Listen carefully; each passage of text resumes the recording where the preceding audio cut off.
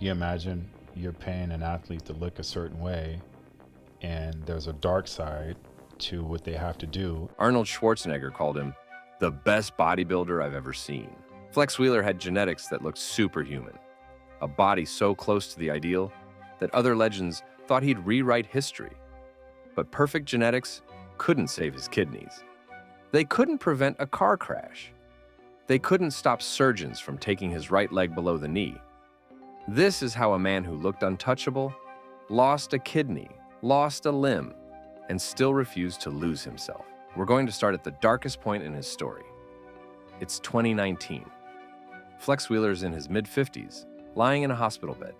His right leg is wrapped, bandaged, and gone below the knee. Years before, doctors had already cut into his body to transplant a kidney and fight back a genetic disease that was slowly destroying him from the inside. Now, circulation problems and blood clots have backed him into a corner. The choice isn't leg or no leg, it's leg or life. He chooses life. He wakes up from surgery without part of the same leg that once stepped on stage as part of arguably the most aesthetic physique of the 90s. For a lot of people, that would be the end of the story. For Flex, it was just the latest plot twist in a life that had been skirting disaster from the beginning.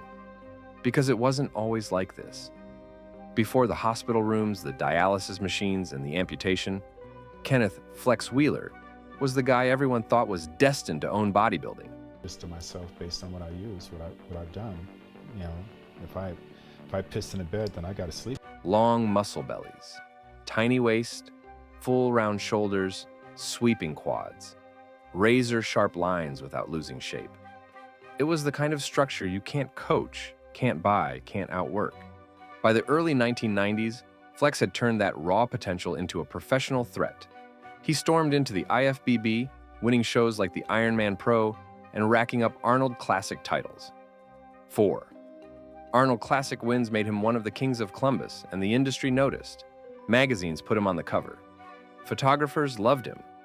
Other pros looked at his silhouette and quietly thought, if that guy nails it, we're all in trouble. Then came the Mr. Olympia battles. In an era dominated by mass monsters like Dorian Yates and later Ronnie Coleman, Flex stood out as the counterpunch.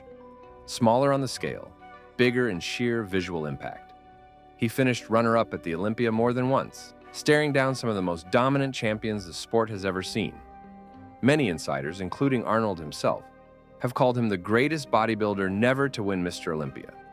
The guy who, in another timeline, would have had multiple Sandow trophies instead of none.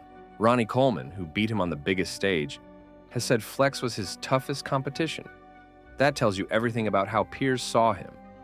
Behind the scenes, legends were whispering, "This is the perfect physique." Fans agreed. Flex became a symbol of aesthetics in an era obsessed with size. From the outside, it looked like a straight-line ascension. Trophies, sponsorships, magazine covers, guest posing, brand deals. You could easily imagine his net worth climbing into the millions. Prize money, endorsements, appearances, later digital content and coaching.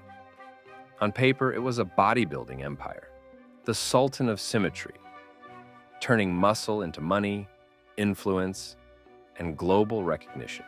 In 1999, Flex was diagnosed with focal segmental glomerulosclerosis, FSGS, a rare and serious kidney disease.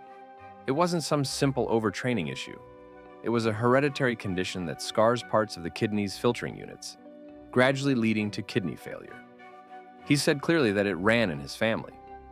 At the same time, years of strain, extreme dieting, and the harsh realities of pro bodybuilding may have accelerated the damage. The perfect genetics on the outside were fighting a losing war on the inside. As the disease progressed, everything became harder.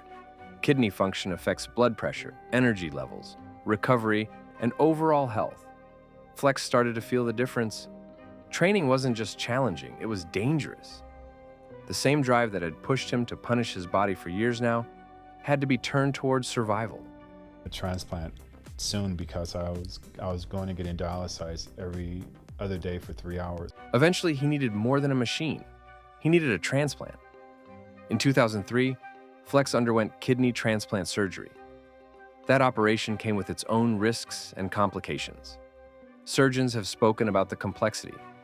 To get good blood flow to the transplanted kidney, they had to reroute arteries, including work that affected his legs.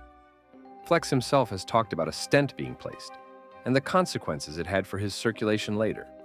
The transplant saved his life, but it also planted seeds for problems that would resurface years down the line. On top of that, a serious car accident in 1994 had already put major stress on his body. That crash was so bad, people weren't sure he'd ever return to form. He did, because that's who he is. But trauma like that doesn't just vanish. Combine hereditary kidney disease, a transplant, vascular rerouting, old leg injuries, and the ongoing stress of being a huge, heavily muscled man, and you start to see a system under constant pressure. Still, Flex being Flex, he didn't just retire quietly and disappear. He stayed around the sport, guest posing, mentoring, doing business. He built relationships with magazines, supplement companies, brands that wanted his name and image attached to their products. Then, in 2017, he did something nobody expected.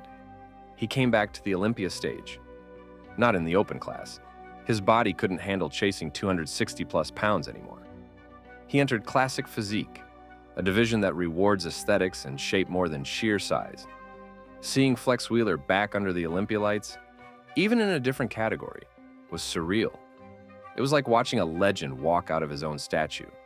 He didn't win. He placed down the order. But the symbolism was bigger than the placing.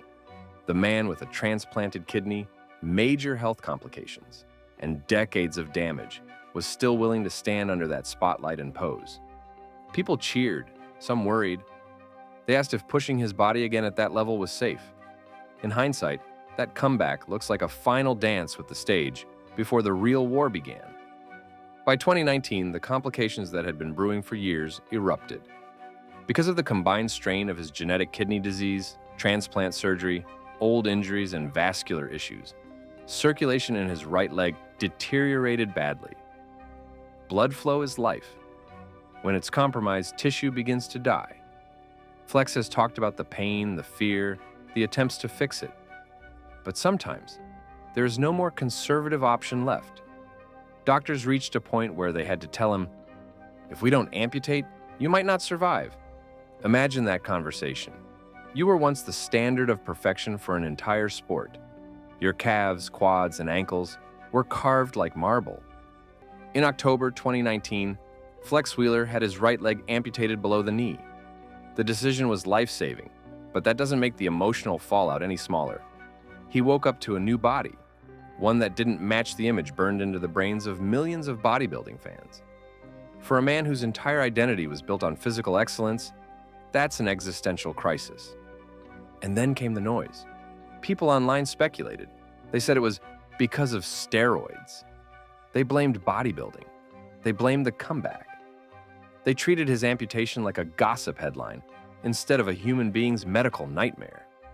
Flex eventually had to speak out, clarifying that he had a hereditary kidney disease, that he'd had a transplant, that a leg stent and circulatory issues had been brewing for years, and that his amputation was the result of a long chain of complex medical factors, not a single sensational cause. But he didn't stop at defending himself. Instead of hiding, Flex started talking. A lot. About health, about consequences, about the dark side of chasing extremes, about listening to your doctors instead of your ego, about the difference between what fans see on stage and what the athletes feel in their bodies at 3 a.m. when the pain wakes them up. The guy once known as the ultimate genetic freak began using his platform to push something almost no one in hardcore bodybuilding wants to hear: awareness, caution, long-term thinking. He opened up about mental health, about depression, about nearly taking his own life. He talked about how his faith, his family, and his refusal to quit pulled him back from the edge. In other words, he turned his empire inside out. The $7 million branding fantasy, the perfect genetics, the trophies, the magazine covers, the sponsorships, got stripped down to something more raw and more useful. He lost the leg and kept going. Here's the uncomfortable lesson hiding under the drama. You cannot out-genetic reality. You can't out-train your DNA. You can't buy enough trophies to pay off a bad organ. Perfect symmetry won't block a blood clot. If someone like Flex Wheeler can end up on dialysis, in transplant surgery, in vascular crisis, and on an amputation table, then your own body and my body are a lot more fragile than we pretend. But there's another better lesson too. Losing your tools is not the same as losing your purpose. Flex lost a kidney. He lost part of a leg.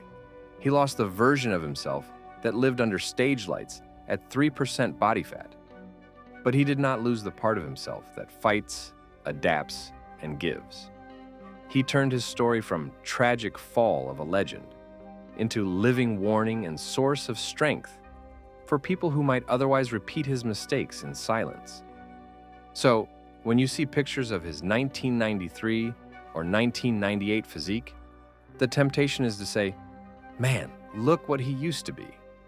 The real Flex, no pun intended, is what he is now. A man who accepted that his genetics weren't a guarantee, that his body wasn't a god, and that the only thing he truly owns is his response to pain. In a world that worships before and after photos, Flex Wheeler's life is more like before, during, after, and still going. Perfect genetics built the legend. Imperfect organs nearly ended it. If you want more real stories like this, not just highlight reels, but the full truth behind legendary physiques, fortunes, and falls, make sure you subscribe, turn on notifications, and share this with someone who thinks being gifted makes them invincible. And now I want to hear from you. What do you think is the real legacy of Flex Wheeler? His physique or his survival? Tell me in the comments.